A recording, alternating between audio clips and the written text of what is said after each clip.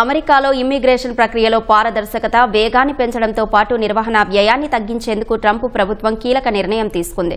Green card, పౌరసత్వం, ఆస్తియం వంటి ప్రయోజనాలు పొందేందుకు వలసదారులు ఆన్లైన్లో దరఖాస్తు చేసుకోవడాన్ని తప్పనిసరి చేయనుంది.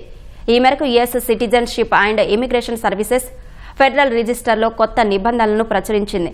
కనీసం 180 రోజుల పాటు ఈ ఫైలింగ్ సదుపాయం అందుబాటులో ఉన్న ఏ దరఖాస్తు ఫారంనైనా ఇకపై ఆన్లైన్లోనే పూరించడం తప్పనిసరిగా మారనుంది. ఏదైనా ఇమిగ్రేషన్ ఫారంను ఆన్లైన్లో మాత్రమే అందుబాటులో ఉంచే ప్రక్రియను అమలు చేయడానికి ముందు దరఖాస్తుదారులకు కనీసం 60 రోజుల ముందస్తు నోటీసు ఇచ్చే విధానాన్ని కూడా యుఎస్సిఎస్ ఏర్పాటు చేయనుంది. తాజా నిర్ణయం వల్ల అనేక ఇమిగ్రేషన్ సేవలపై ప్రభావం పడనుంది. గ్రీన్ కార్డు దరఖాస్తులు, రెన్యువల్స్, ఫ్యామిలీ బేస్డ్ పిటిషన్లు, పౌరసత్వం, ఆశ్రయం కోసం చేసుకునే అభ్యర్థనలు, ఉపాధి అనుమతి దరఖాస్తులు, తాత్కాలిక రక్షణ హోదా ప్రయోజనాలు పొందేందుకు వలసదారులు ఇకపై ఆన్లైన్లోనే సమర్పించాల్సి ఉంటుంది. వలసదారులు తమ దరఖాస్తులను యుఎస్సిఐఎస్ ఆన్లైన్ అకౌంట్ లేదా మెయిల్ ద్వారా పంపించాల్సి ఉంటుంది.